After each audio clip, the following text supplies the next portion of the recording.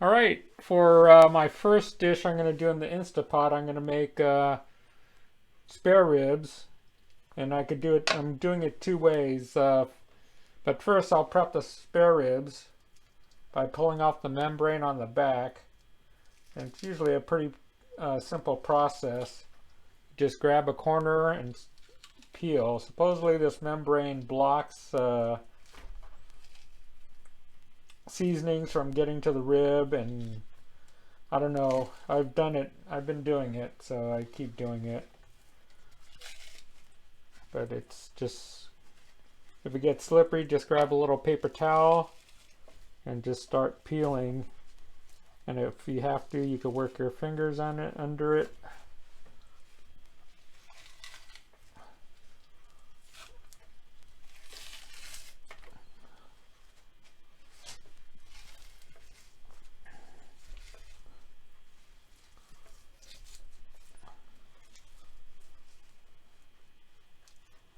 Hold it down and pull.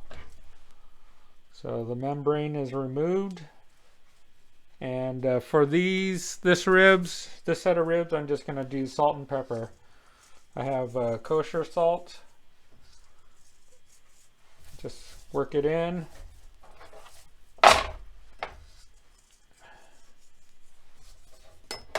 Oops, knocked over the pepper. Might as well start adding pepper. I'm going to bake it in the oven. One set of ribs in the oven for about 3 hours at 250, low and slow. And the other one I'll cook in the Instapot. Probably, I think most instructions it's about 15 to 20 minutes. I'll shoot for the low end, and I'll take the ribs out and brown. Put a little sauce and brown. Okay, I've added the salt and pepper to the ribs. This one I'm going to put in the oven at 250 for 3 hours. I usually wrap it tightly in foil so the ribs steam. So 250, about 3 hours, wrapped tightly in foil.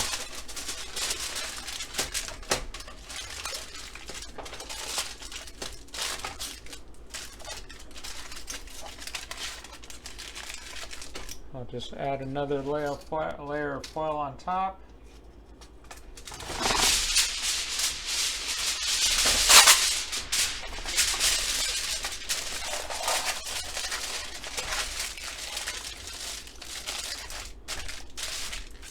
Good to go.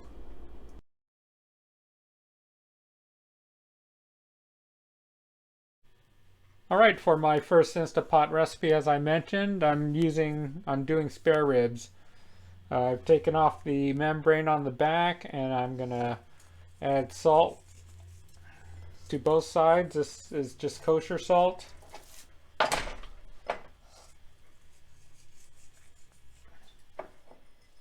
And pepper, both sides.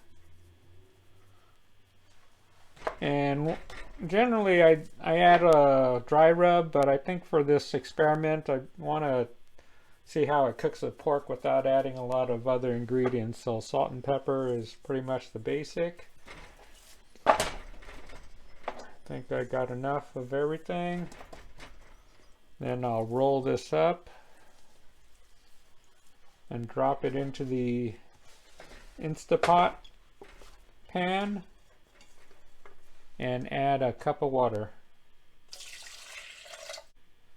Okay, into the pork rib and the Instapot pan, I added a cup of water. Some people use broth, but I wanted to keep it simple and see how the Instapot produced ribs, or how the ribs turn out. Just basic salt and pepper, water.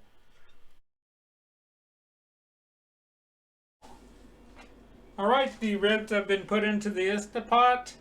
1 cup of water. I'm gonna put on the lid. Let's see, where is that? Here it is. Locked in place. I checked to make sure the seal was in place and the valve is okay. put this onto sealing instead of vent. You want it to seal. Pressure cooker, and I think I'll cook it for 15 minutes on high. I think it auto starts.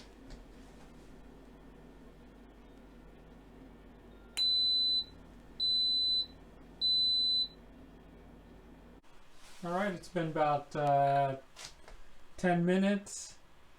The button popped up and the timer just kicked in. So let's see what happens in 15 minutes.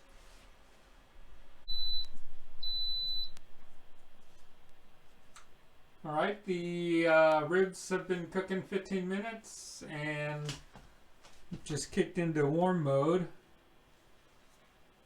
Some of the recipes call for just letting the pressure release naturally, or do the quick release. I think I'll do the quick release to see how that works. That relieves the pressure really quick. Pressure is venting. The button's still up. It's slowing down. Noise is not as loud as it was before, but it's still venting.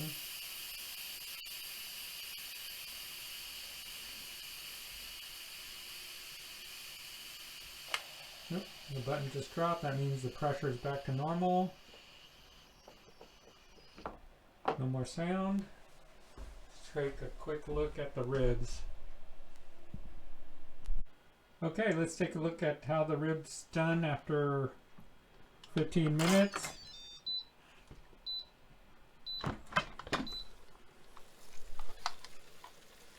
Okay.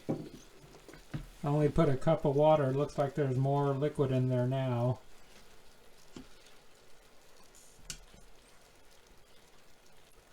Can't tell if the ribs are cooked.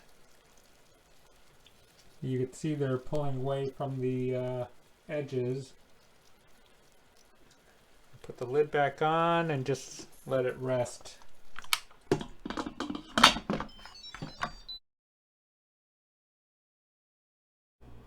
Alright, the ribs are done. This has been in the oven for 4 hours. This is the baked one. And here are the Instapot ribs. They've cooled off. I cooked them earlier.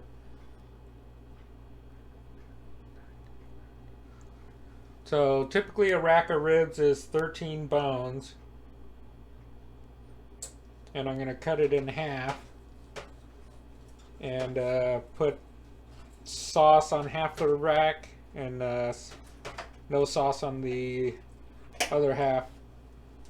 It's not bad. It's still a little pinkish, but it looks done. This is Instapot. 20 minutes. I release the steam and let it just sit in the Instapot until it completely cooled. These just came out of the oven. I'm gonna have to pour out some of the liquid. And I'll cut this in half. After 4 hours, the ribs are definitely falling off the bone. I typically don't like falling off the bone. I want them a little more bite, so I could have taken this out at probably 3 hours. But I'll drain this off and then I'll put them in under the broiler with sauce. The other half no sauce, just to brown them. I've cut the ribs into quarters, about 3 to 4 bones each, and for barbecue sauce I'm using a sugar-free low-carb sauce. And typically sauce is okay, but I typically don't. I like my ribs just plain, sometimes with a dry rub, but since this is my first time trying the Instapot, I'm just trying basic ribs, nothing fancy, just see if I could tell the difference between the two. One thing I've noticed so far is that the ribs I baked in the oven for 4 hours are definitely very soft. Fall off the bone type ribs, and typically I'd like a little more bite to them, but sometimes it's hard to time it. So I'm gonna coat all sides of the ribs with sauce and some without, and put it under the broiler for about 5 to 10 minutes.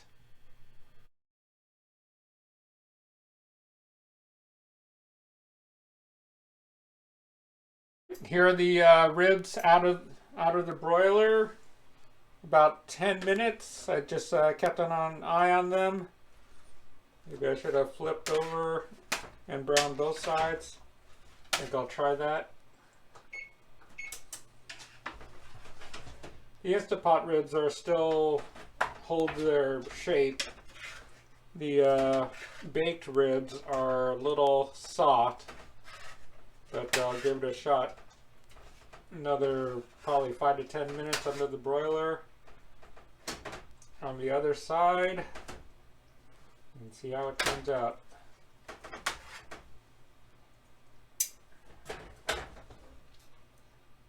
Here are the spare ribs, browned on both sides, this time 2 minutes. This is the Instapot ones. Looks cooked, bones pulled away from the meat, and still has some shape. It's not flopping around. Here are the ones I baked in the oven. They're very soft and falling off the bone. Now it's time to taste. But I'd say right now the Instapot ones, baked ones, 4 hours. Instapot, 15 minutes, release the pressure using the quick release method, and I just left it in the pot to cool down. So that was probably another half hour to an hour, closer to an hour. So definitely time savings right there. 2 hour time savings, and probably could cook it for 20 minutes, release the pressure, and go directly to the oven to brown.